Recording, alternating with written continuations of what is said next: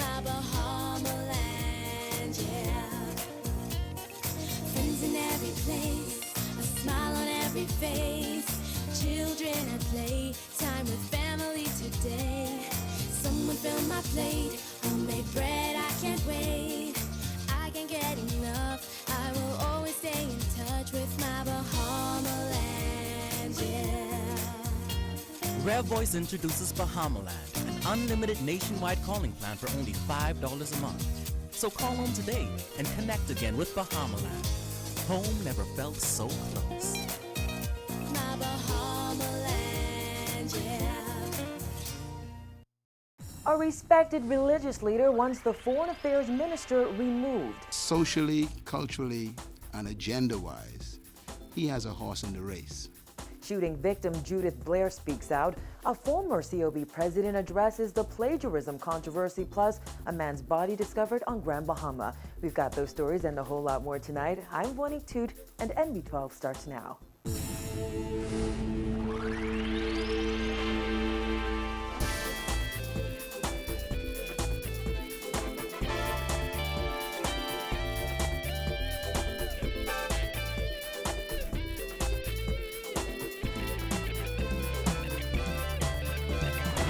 Topping news tonight, recent comments by Foreign Affairs Minister Fred Mitchell on lesbian, gay, bisexual, and transgender matters have sparked a good deal of reaction since they were reported by the Nassau Guardian 2 weeks ago. Now, a prominent religious leader says Mitchell should be removed from his position. Candia Dame sat down with Dr. Myles Munroe at Bahamas Faith Ministries International today and has the details.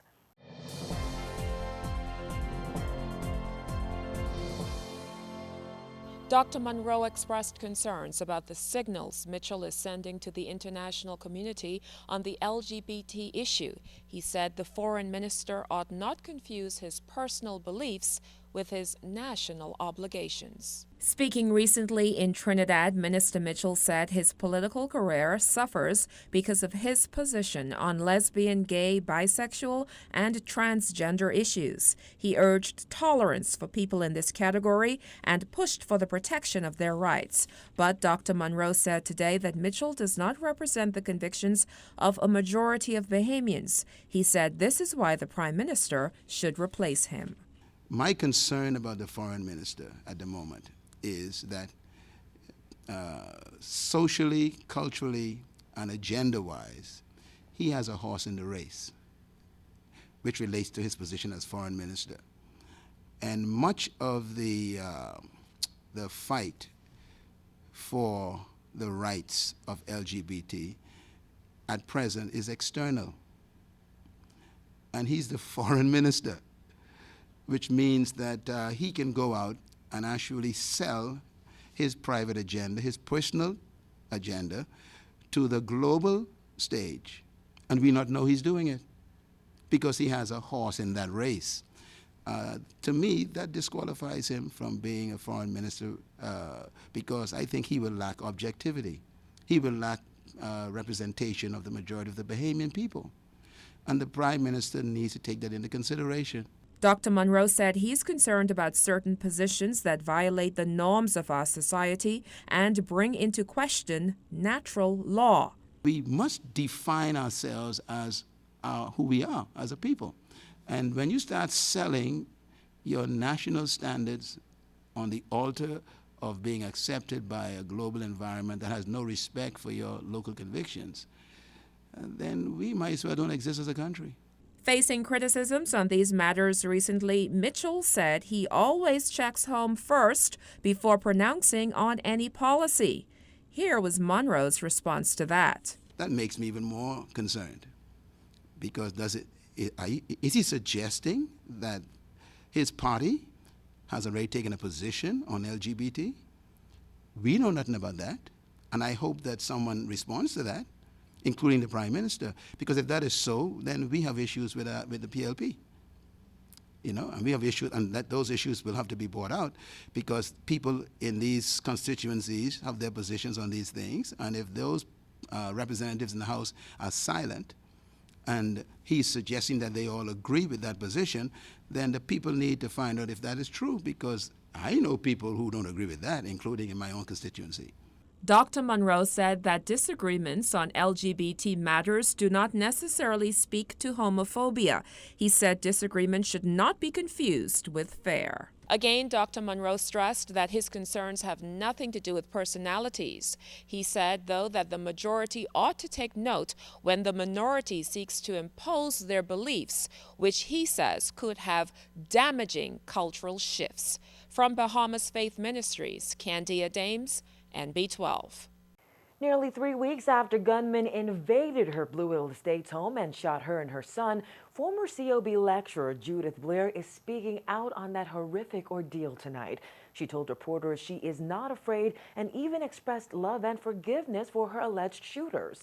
And I give God thanks to be alive, to be able to say that, and to let the people of the Bahamas know that God is in control of the Bahamas. After surviving a home invasion and shooting last month, 67-year-old Judith Blair says she has a lot to be thankful for. On February 11th, 2 gunmen entered her home in Blue Hill Estates through the back door, ordered the Blairs to lie on the floor, and demanded cash before opening fire.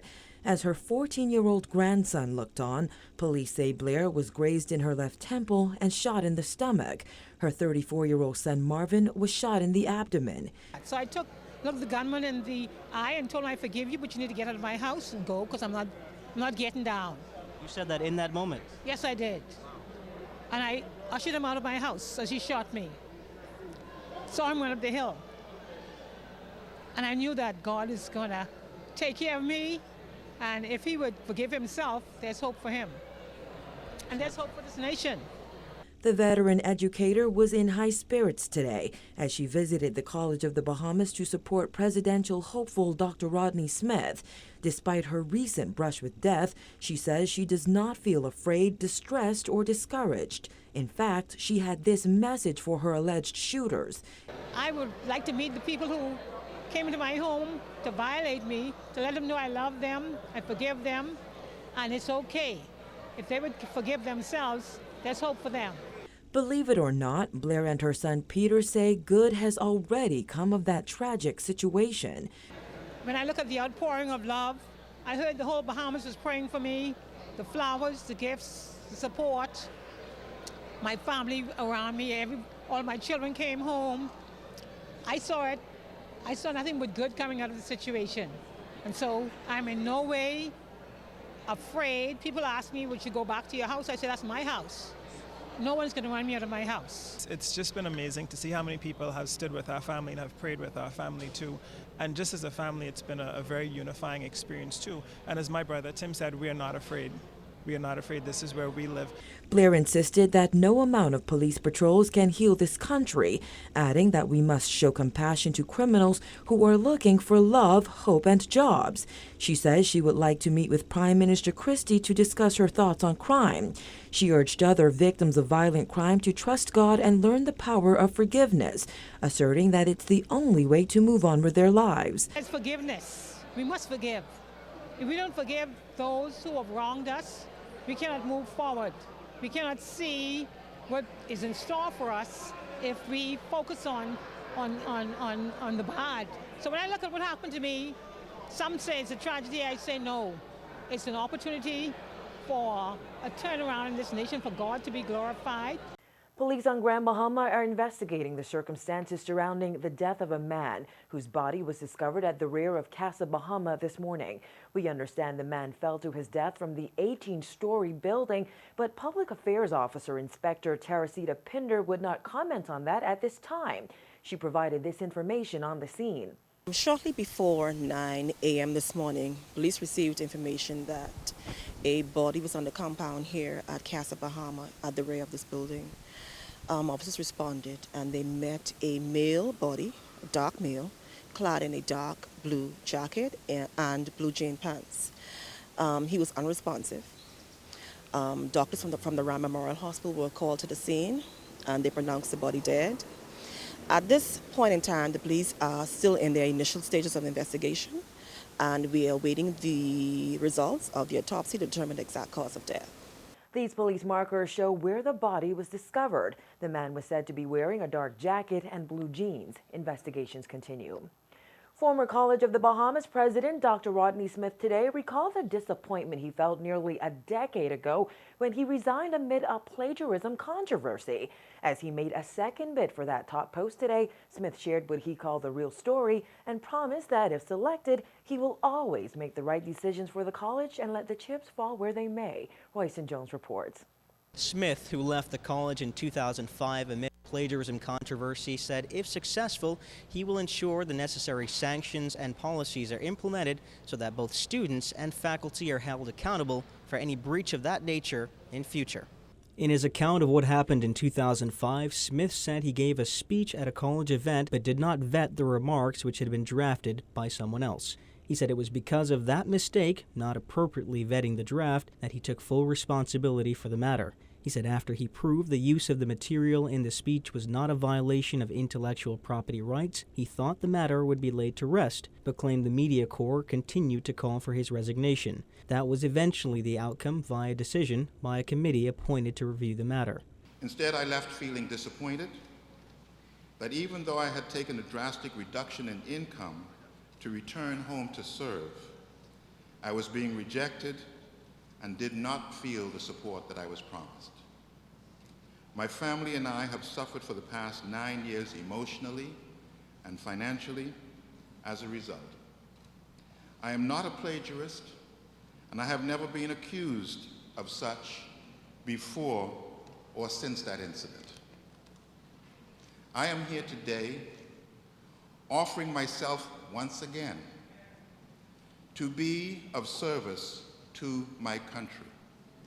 Smith says in the last 9 years he has never stopped thinking about the development of education in the Bahamas, and his many experiences abroad have led him back here. He listed numerous academic achievements and structural developments he has been an integral part of at many universities abroad, and even at COB in the establishment of the Harry Seymour Library. As part of the long-term educational plan, he said each of the college's campuses must have a separate but integrated strategic plan and operational cost objectives.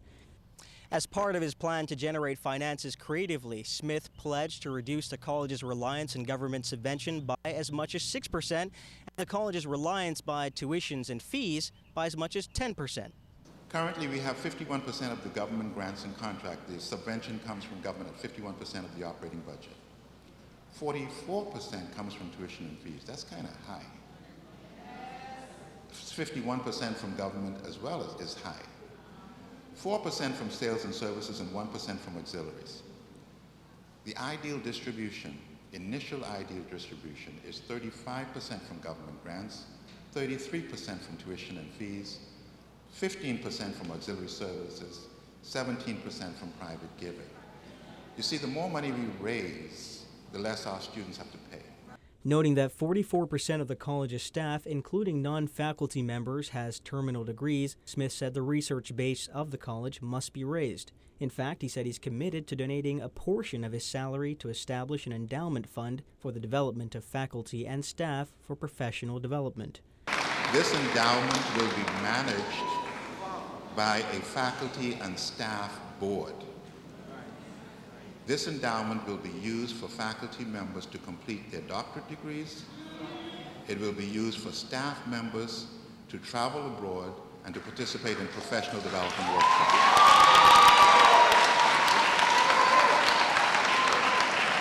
Smith, who is currently the Vice President for Administrative Services, Operations Analysis, and Research at Hampton University, is the last of 4 shortlisted candidates to make their bid for the presidency post. Also shortlisted is Dr. Gregory Curie, Dr. Philip Curie, and Dr. Olivia Sanders. While the candidates have wrapped up their presentations, it remains unclear when the Advisory Search Committee will submit its recommendation for a new president to the College Council. From the Nassau Guardian Studios in Oakesfield, Royston Jones, NB12.